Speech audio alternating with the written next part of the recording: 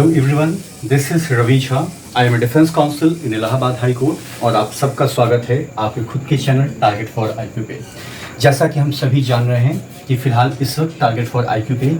UP नहीं बल्कि Bihar APO mains को लेकर एक सीरीज चल रही है, जिसके अंदर हर वो सेक्शन, हर वो टॉपिक जो बिहार एपीओ के दृष्टिकोण से महत्वपूर्ण है उसको लेकर चर्चा की जा रही है। इवन दो इसी के नज़रिए से टारगेट फॉर आईक्यू के ऊपर एक सेपरेट बैच भी चल रहा है, जिसके अंदर बिहार एपीओ के अंदर जितने भी मीन्स से रिलेटेड टॉपिक हैं या सब्जेक्ट हैं उनकी क्लासेस रेगुलर वे में चल भी रही हैं। और उन्हीं सारी चीज़ों को ध्यान में रखते हुए मैं रवि झा आज आपके साथ section 7 the dowry prohibition act 1961 को डिस्कस करने के लिए मौजूद हूँ। अगर हम सेक्शन 7 की बात करते हैं तो आमतौर पर यह बात करता है कॉग्निजेंस ऑफ द ऑफेंस के बारे में, यानी कि अपराधों के संदर्भ में संज्ञान कौन लेगा। यहाँ पे अगर हम संज्ञान की बात करते हैं तो सेक्शन 7 ये कहता है कि यहाँ पे संज्ञान लेने के लिए जो सबसे निचली अदालत है या जो सबसे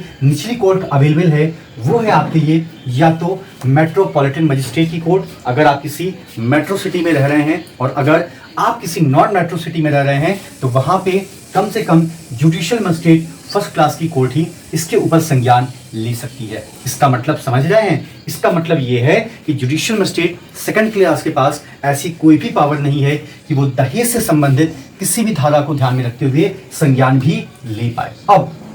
दूसरा सवाल यहाँ पर निकल कर ये आता है कि जब हम बात करते हैं मेट्रोपॉलिटन मजिस्ट्रेट की या जब हम बात करते हैं जुडिशियल मजिस्ट्रेट सेकंड क्लास नहीं बल्कि फर्स्ट क्लास की, तो ये संज्ञान किस आधार पर लेते हैं। तो जाहिर सी बात है कि ये जब अपराध होगा तो इसके अंदर चूंकि एफआईआर भी लॉन्च होती है, क्योंकि इसका जो नेचर है वो आमतौर पर आपका एक नॉन बेलेबल है, या हम कह सकते हैं कि ये एक संज्ञेय प्रकृति का अपराध है। तो यूजुअली यहाँ पे वो मजिस्ट्रेट या वो आपके जुडिशियल मजिस्ट्रेट हो या मेट्रोपॉलिटन मजिस्ट्रेट हो वो स्वतः भी संज्ञान ले सकते हैं, या वो संज्ञान लेते हैं on the basis of the police report. Police अपनी रिपोर्ट में जो कुछ भी दाखिल करती है उस आधार पे अगर उनको लगता है कि वाकई में दहेज से रिलेटेड ऑफेंस कमिट हुआ है जो आपका 1961 के दायरे में फॉल करता है, तो जाहिर सी बात है वो संज्ञान लेने के लिए स्वतंत्र हैं। अब यहाँ पे हमने 3 चीज़ें जानी। पहली बात कि सेक्शन 7 बात करता है संज्ञान के बारे में,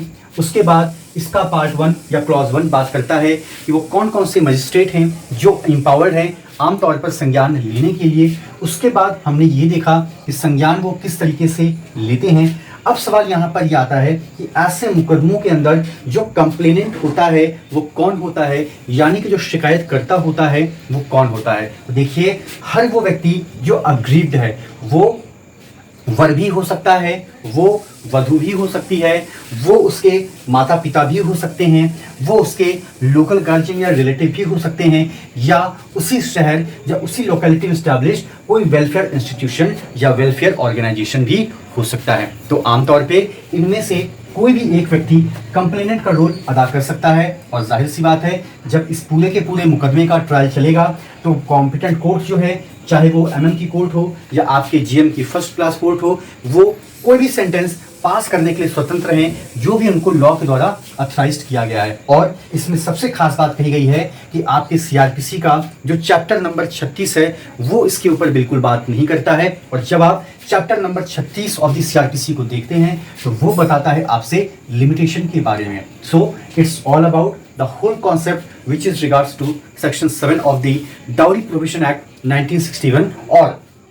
इस पूरे के पूरे एक्ट के अंतर्गत मात्र 10 सेक्शन हैं, और उन 10 में से लगभग 5 सेक्शन ऐसे हैं जो शॉर्ट में या लॉन्ग में आपसे मेंस के एग्जाम में पूछे जा सकते हैं, जिसके बारे में आपके पास पर्याप्त जानकारी होनी चाहिए। तो जैसा कि मैंने पहले भी कहा कि उसके रिगार्डिंग ऑलरेडी एक बैच चल रहा है, और अगर आप उस बैच में अपने आप को एनरोल कराना चाहते हैं तो आप ऊपर दिए गए नंबर 7500110314 पे आप कॉल या मैसेज करके आप अपने आप को एनरोल करा सकते हैं। सो it's all about the concept of cognizance of the offence under section 7 of the Dowry Prohibition Act 1961. Thank you so much to all of you for all your love and support to the team of Target for IQ. Thank you so much.